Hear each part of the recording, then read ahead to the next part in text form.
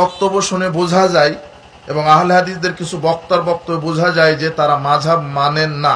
এখন প্রশ্ন হচ্ছে, ইমাম যখন সালাত শুরু করার সময় আল্লাহু আকবার উচ্চস্বরে বলে, মুসল্লিরা সরবে পড়ে, এটা কোরআন ও হাদিসের কোথায় আছে? যদি দলিল দিতেন।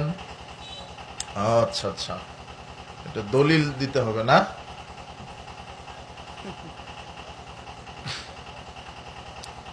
ইমাম যখন আল্লাহু আকবার বলবে, ইমামকে অনুসরণ বলতে কি বুঝো? ইমামকে অনুসরণ বলতে যে যখন রুকু করবে, রুকু থেকে উঠবে, সেজদা করবে, ওটার অনুসরণ।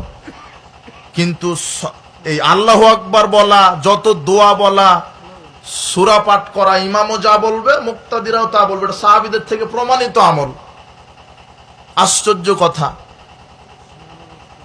যতটুকুন হাদিসে আসছে ওইভাবে আমল করতে হবে।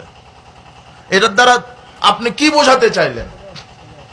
এটার দ্বারা কি বোঝাতে চাইলেন আপনি? আল হাদিসের একটা আমল কোরআন সুন্নাহর বাহিরে নয়।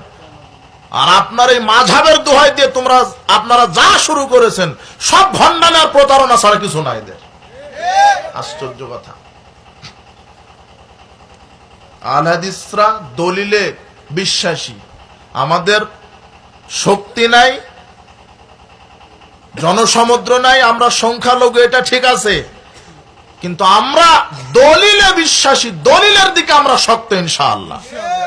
আমরা দলিলে বিশ্বাসী। আপনি এটার দ্বারা কি বোঝাতে চাইলেন?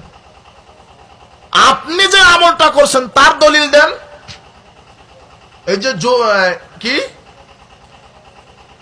পায়ের সাথে পা 4 আঙ্গুল ফাঁকা রেখে দাঁড়ানোর দলিল দেন আমাকে। নারী বুকের উপরে, পুরুষ নাভির নিচে, এর দলিল দেন আমাকে। আপনি হাফেজ সাহেব কোরআন তেলাওয়াত করে সাদাকাল্লাহুল আজিম বলছেন, এর দলিল দেন আমাকে। আপনার মরা পর্যন্ত সময় থাকলো, দেন দলিল। কথা বুঝেননি? আঙুলটা টপ করে একবার জাগালেন, টপ করে নামালেন, এর একটা দলিল দেন। সালাতে মুখের নিয়ত বলেন, এর একটা দলিল দেন। জাল দলিল দেন একটা, সহি জয়ীফ না। কি দলিল? জাল। এমনিতেই চালান আপনি মাযহাবের দোহাই দিয়ে। আমরা সবাইকে মানি কতক্ষণ, যতক্ষণ সবার কথা কোরআন সুন্নাহ অনুযায়ী মিলে যাবে। কথা বুঝেছেন? মহিলাদের মাসিক হলে প্রতিদিন কি সকালে গোসল দিতে হবে? অনেক মহিলা জানে না। আচ্ছা আচ্ছা, হ্যাঁ, গোসল দেওয়া ভালো, পবিত্রতা অর্জন করা ভালো, অবশ্যই গোসল দিতে হবে এমনটি নয়। যখন মাসিক ভালো হয়ে যাবে তখন গোসল দিবে, এটাও ঠিক আছে, সমস্যা নেই। বারাকাল্লাহু ফিক, জাযাকুমুল্লাহ খায়ের। সুবহানাকাল্লাহু ওয়া বিহামদিকা, আশহাদু আল্লা ইলাহা ইল্লা আনতা, আস্তাগফিরুকা ওয়া আতুবু ইলাইক। আসসালামু আলাইকুম ওয়া রাহমাতুল্লাহি ওয়া বারাকাতুহু।